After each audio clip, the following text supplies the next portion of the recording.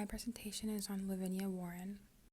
Born in 1841 on October 31st in Middleborough, Massachusetts, she was a teacher, performer, and a seamstress.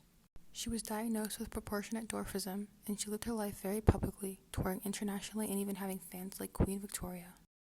Let's talk about Lavinia's condition. In her proportional dwarfism, it was caused by the pituitary gland not producing enough growth hormone.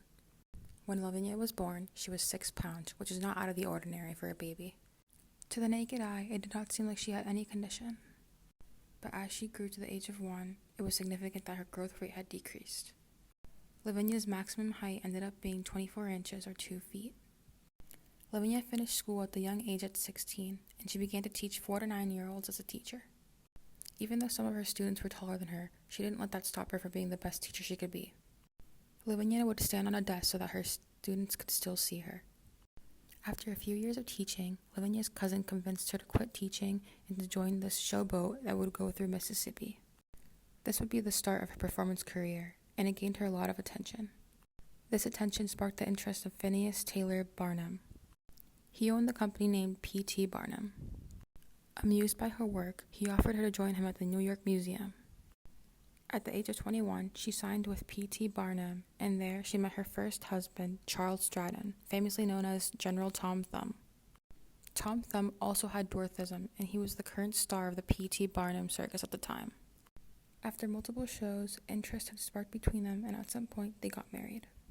They still worked under P.T. Barnum for some time, but then later on decided to tour on their own.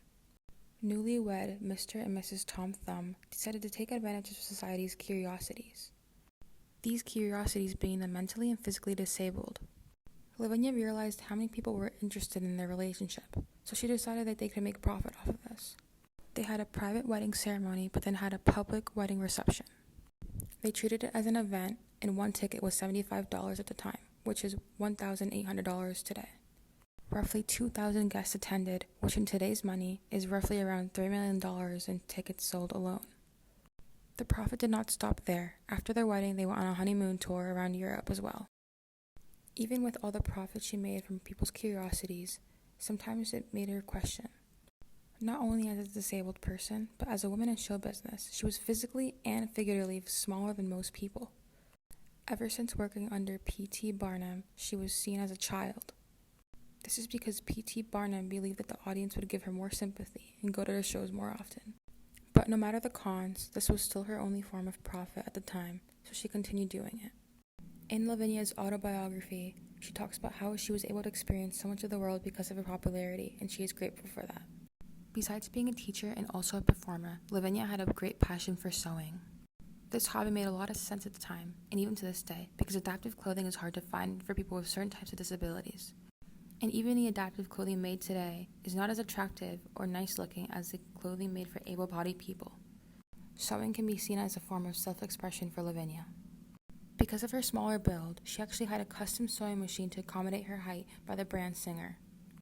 The sewing machine itself was smaller, and so was the table that it was attached to. The brand Singer continued to make smaller machines like this, which was probably used by other people just like Lavinia to be able to sew. Lavinia's sewing machine can be found in the Barnum Museum in Connecticut. In the top right corner, you can see the foot pedals that were adjusted to her height. And in the middle picture, you can see how small the machine is compared to the woman's hands in the picture.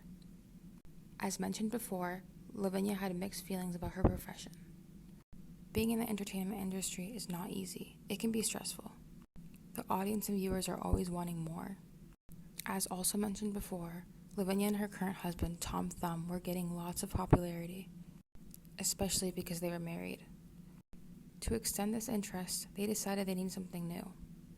They decided to fake a pregnancy with a child that supposedly has dwarfism just like them. But in reality, Lavinia never had a baby. They would have fake babies that weren't actually theirs and would take them on tours with them. When the babies would grow too big, they'd switch them out for another one. They decided that this process was too tiring for them. To not ruin their legacy, they also faked a baby's death. They created a posting in the newspaper saying that their baby had passed away. They even went as far as to make a fake grave with no baby in it. And because it was the 1800s, babies would die all the time, so no one really batted an eye. The two continued internationally touring around the world. Unfortunately, Tom Thumb died of a stroke. After Tom's death, she almost stopped touring, but she decided to keep on going and remarried. She continued touring into her 70s when she passed away in 1919 in the same town she was born in, Middleborough. Mr. and Mrs. Tom Thumb were known as the richest couple for half of the 19th century.